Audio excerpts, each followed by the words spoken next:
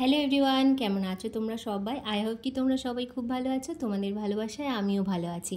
তো দেখো, এখানে এখন দই বসাবো, তাই জন্য এখন দুধটাকে রেডি করে নিচ্ছি। আর অনেক দিন ধরে বড়মশাই বলছিল গুড়ের দই বসাতে, তার কারণ ও চিনি খায় না। তো ভাবছিলাম কি করে বসাবো, হবে নাকি আদেও। তো ফাইনালি বানিয়েই ফেললাম গুড়ের দই। আর এদিকে হচ্ছে আমাদের জন্য চিনির দই বসাবো। তো তাই জন্য দুটো দুধই একদম রেডি করে নিয়েছি। আর দইগুলো কেমন হয় অবশ্যই তো ভিডিও শেষে দেখাবো, তার জন্য কিন্তু ভিডিওটা পুরো দেখতে হবে। আর ওটা ছিল গতকাল রাতের ভিডিও, আর আজকে সকালবেলার ভিডিও বলতে এটা দুপুরবেলা রান্না হয়েছে কী কী সেটাই তোমাদের সাথে শেয়ার করছি। এখানে আলু ভাজা রয়েছে পোস্ত দিয়ে, আর এখানে রয়েছে ভেন্ডি ভাজা। আজকে যেহেতু শনিবার, তো নিরামিষ সমস্ত কিছু, তাই জন্য নিরামিষ রান্নাবান্না। আর এদিকে মা করেছে চাল কুমড়ো দিয়ে বড়ি ফোড়ন দিয়ে উচ্ছে দিয়ে একটা শুক্তো।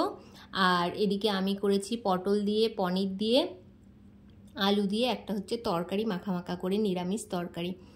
আজকে আর ছানার ডালনা বানাইনি, কারণ ভালো লাগছিল না। আজকে একটু পনির খেতে ইচ্ছে করছিল, তাই পনির নিয়ে এসেছিলাম, তো সেটাই আর কি বানিয়েছি। আর এমনিও সকাল থেকে আজকে প্রচুর ব্যস্ত ছিলাম, তো তাই জন্য আর সময় দিতে পারিনি বেশি রান্নাঘরে। আর এদিকে রয়েছে ডাল, বিউলির ডাল। আর এই দেখো, এই হচ্ছে সেই গুড়ের দই, যেটা আমি প্রথমে ভিডিও শুরুতেই তোমাদের সাথে বললাম। আর এত সুন্দর বসে গেছে, মানে জমে গেছে দইটা, কি বলবো, দারুণ জমে গেছে।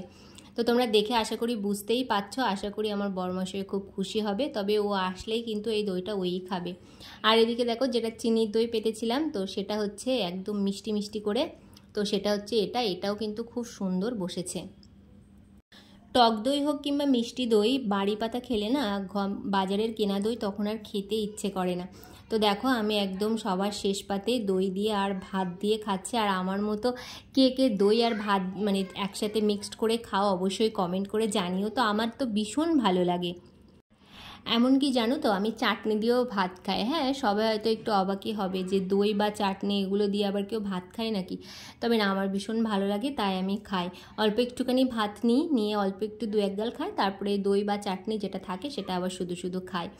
তো চলো, আজকের ভিডিওটা এই পর্যন্তই। কেমন লাগলো অবশ্যই কমেন্ট করে জানিও। দেখা হবে আবার পরের ভিডিওতে। টাটা।